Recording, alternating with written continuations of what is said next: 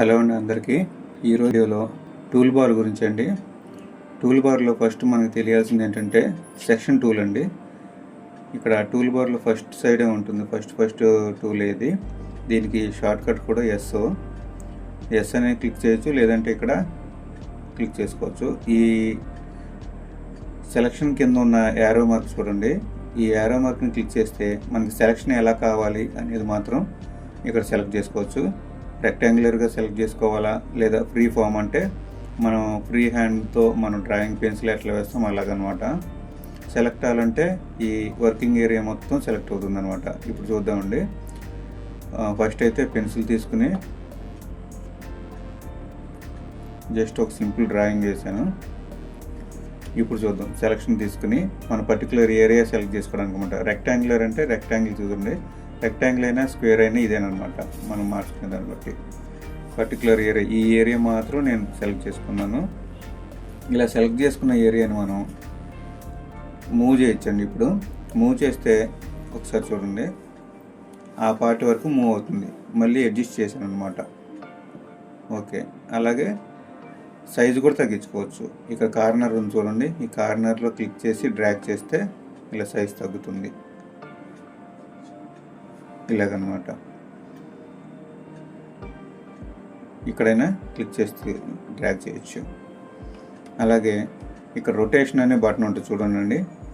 ఇది మన selection area rotate అవుతుంది అనమాట. ఇక్కడ పట్టుకుని ఇలా మన పక్క సైడ్కి డ్రాగ్ చేస్తే మనకు కావాల్సినట్టు ఈ రొటేషన్ ఇలాగా రివర్స్ కూడా చేయొచ్చు. ఏదైనా మన సెలక్షన్లో ఉండాలన్నమాట.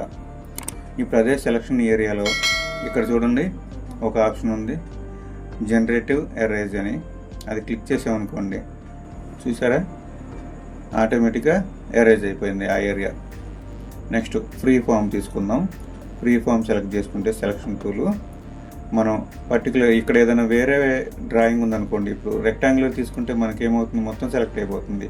మనం ఇక్కడ ఉన్న డిజైన్ డిస్టర్బ్ చేయకూడదు కాబట్టి అప్పుడు ఫ్రీ ఫామ్ అనమాట. ఇలాగా మనకు కావాల్సినంత వరకే పక్కన ఉన్న డిజైన్ డిస్టర్బ్ అవ్వకుండా ఇలా సెలెక్ట్ చేసుకోవడానికి ఫ్రీ ఫామ్ వాడుకోవచ్చు.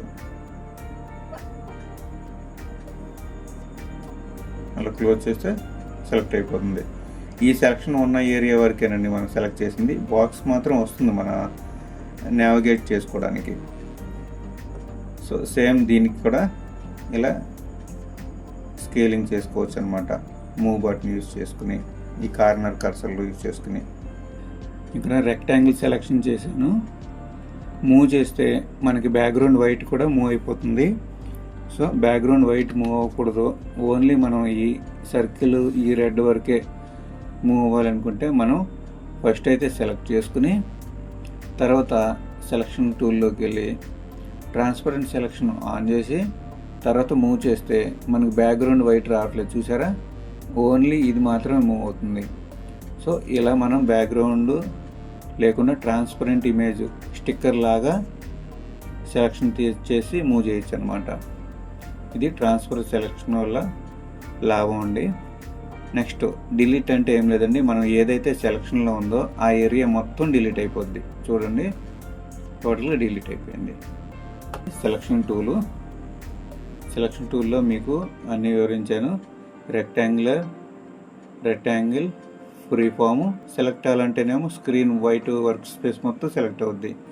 ఇన్వర్ట్ సెలక్షన్ అంటే ఏం లేదండి, ఇప్పుడు మనం సపోజు రెక్టాంగిల్ ఇట్లా సెలెక్ట్ చేస్తున్నాము కదా, ఈ పర్టికులర్ ఏరియా సెలెక్ట్ చేస్తే ఇప్పుడు మనం ఎరేజ్ చేసినా డిలీట్ చేసిన ఈ ఏరియాలో డిలీట్ అవుతుంది. కానీ మనకి ఈ సెలక్షన్ ఏరియాలో కాకుండా ఈ సెలక్షన్ ఏరియా మాత్రమే వదిలేసి మిగతాదంతా సెలెక్ట్ అవ్వాలంటే ఇక్కడ ఇన్వర్ట్ సెలక్షన్ అనేది క్లిక్ చేయాలండి. సపోజ్ మీకు ఇక్కడ గీసి చూపిస్తాను చూడండి. ఇక్కడ సెలెక్ట్ చేసే కదా, ఈ పార్ట్ తప్ప ఈ పార్ట్ అంతా పోవాలన్నమాట. మనకి ఇది ఈ కలర్ ఉండిపోద్ది చూడండి. ఇప్పుడు ఇన్వర్ట్ సెలక్షన్ చేస్తున్నాను. ఇన్వర్ట్ సెలక్షన్ టోటల్గా ఒకసారి డిలీట్ అంటున్నాను చూడండి. ఈ పార్ట్ మాత్రం మిగిలింది, చూసారా. సో వర్క్ స్పేస్లో ఇన్వర్ట్ సెలక్షన్ ఇలా యూజ్ చేసుకోవచ్చు. మనకి పర్టికులర్ పార్ట్ మాత్రం డిలీట్ అవ్వకూడదు, మిగిలిందంతా డిలీట్ చేయాలంటే ప్రాసెస్ ఇదండి. సో సెలక్షన్ టూల్ అంటే ఇది. ఈ వీడియోకి ఇంతేనండి. ఈ సెలక్షన్ టూల్ బాగా యూజ్ అవుతుందండి. నెక్స్ట్ అడ్వాన్స్డ్ లెవెల్కి వెళ్ళినప్పుడు ఈ సెలక్షన్ టూల్ కూడా బాగా యూజ్ అవుద్ది.